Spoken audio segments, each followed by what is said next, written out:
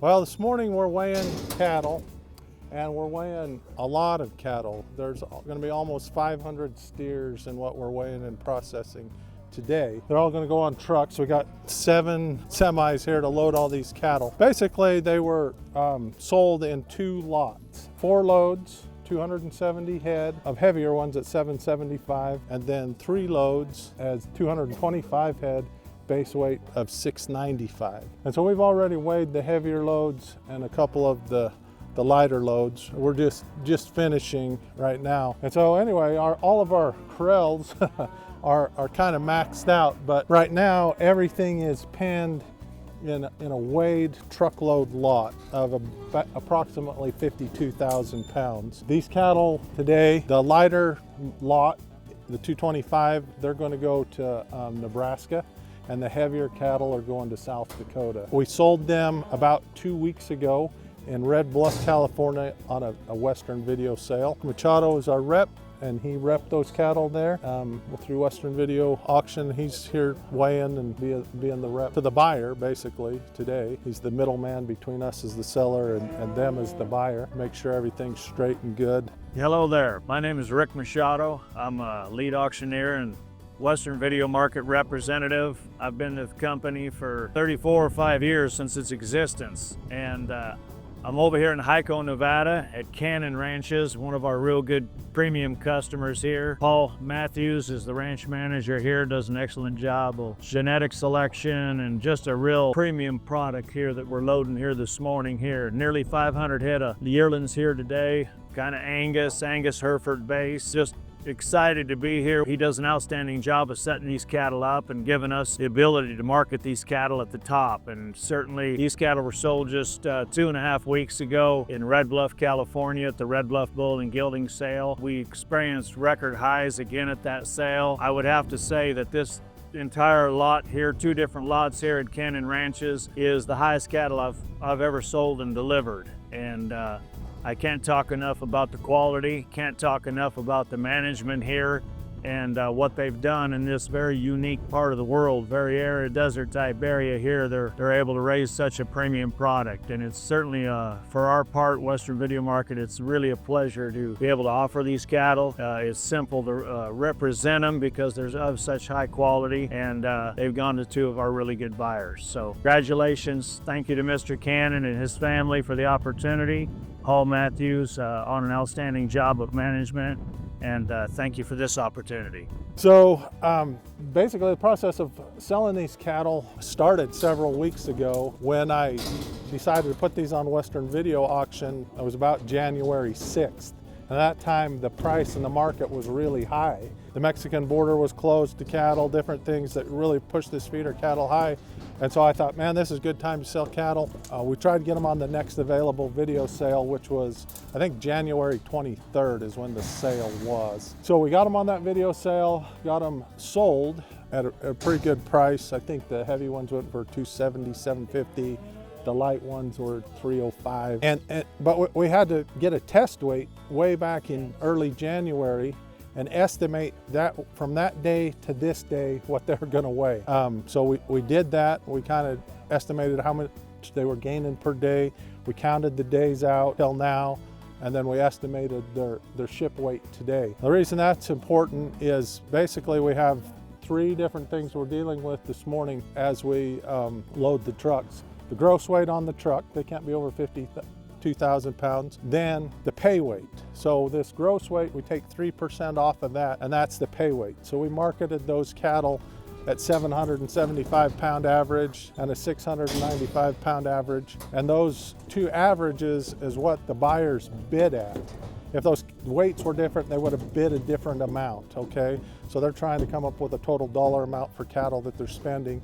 So that base weight's very important. So we're gonna get paid off that shrunk weight, or what we call the shrink. There's a 3% shrink off of what these cattle are on the scale today. And then if we don't hit that, if we don't match that 695 and that 775 on these 2 different lots, then we get penalized for it. So on the heavier cattle, there's a 14-cent slide, and on the lighter cattle, there's a 12-cent slide. So basically, any amount of weight that's over what we contracted on that sale, they discount the price. I mean, if we get the cattle too heavy, they discount the price on the weight that's over, the overage. And so it's a kind of a penalty to us. So anyway, a lot goes into making these cattle ship today. Try to get them as uniform as possible so that they're match the weights that we want, that the buyer's happy. I think the other key on selling cattle like we're selling today is it's very important to have them in uniform lots, because when the feedlot on the other end of this, the next guy that owns them takes them to the slaughter plant,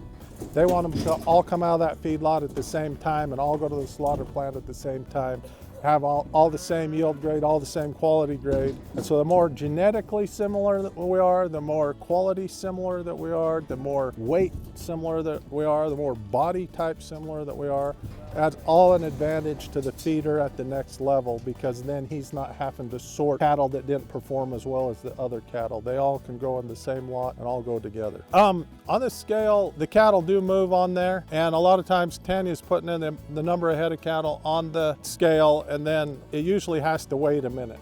It'll say in motion, and so it won't record a final weight, but then it's receiving all kinds of data from the load cells, and then it finally settles on a weight it's comfortable with, and then it prints that weight. And so even though it might be fluctuating, it's printing what it kind of comes up with on the load cell, and that's the weight everybody uses. In the old days, you had a balance beam, and that thing would kind of move, and you would wait till you kind of got it where it was floating in the middle. This, where it's all computerized, it's just taking data from the load cells, and basically it's processing it. It won't record a weight until it's happy. I mean, basically it just gives you an in motion error until everything settles, and then it'll print the weight.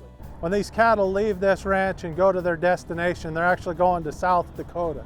So it's a pretty long haul for them. That feedlot, and when they receive them there, expect them to be about 8% lighter than when they leave here. In our weigh up, we took a pencil 3% shrink off. The cattle actually weigh 8% less when they get there, and then they'll quickly bounce back and gain that weight back. But it's kind of tricky in that if these cattle were really full, or we tried to do things to increase the weight on this side, and those cattle had a 10 or 12% shrink by the time they got to their destination, then people would have questions. And so they watch that shrink very carefully on the weight of the cattle. I always talk about hauling cattle as hauling water balloons or watermelons because they're moving in there. They're just on their legs, and they're got that big old belly, and it's full of water and food and manure. And so in these trucks, there's compartments. And so as we're loading them in small compartments, or 6 or 10 go in each compartment. And that helps these cattle as they drive keep from being squished by each other if they put on the brakes or they accelerate. The drivers, when they're driving, they will feel the cattle moving, but also have them in the smaller compartments helps the truck be safer by the cattle can't move very much to sway the truck one way or another. So the other trick on this cattle hauling deal is on long hauls like this, basically from the time these cattle go on the truck till the time they get off the truck, it can't be more than 24 hours. If it's more than 24 hours, they got to stop and unload those cattle and rest them somewhere. Most buyers of cattle kind of understand all that and organize it in a way that they can get there in 12 or 13, 14 hours. Hauling them, it's a timing game. It all has to do with weight, health, dehydration. So that's kind of tricky while we load these trucks and how we load these trucks too. Cattle on the trucks, they can't lay down on the truck while they go there, or else they'll be trampled by the other cattle. And so if we load cattle too tight, generally a weaker one will always go down. If you load them correctly, they'll all have plenty of room and they won't feel that pressure to need to lay down. These trucks also, they've put sawdust bedding in there for them. That helps both for the foot, what they're standing on, and also absorbing moisture so that these cattle aren't, the ones on the bottom don't have manure running on them and stuff like that. These trucks are designed where that manure runs to the outside or the back, or it's absorbed in that bedding. Anyway, we're trying to do everything we can to make sure they have a comfortable ride, they get there healthy and safe, and that they're able to fill up and eat and drink right when they get there. But when these cattle get there, they'll have their pens prepared And in the feedlot, or the manger, the bunk that they're going to eat in, they'll have prairie grass hay.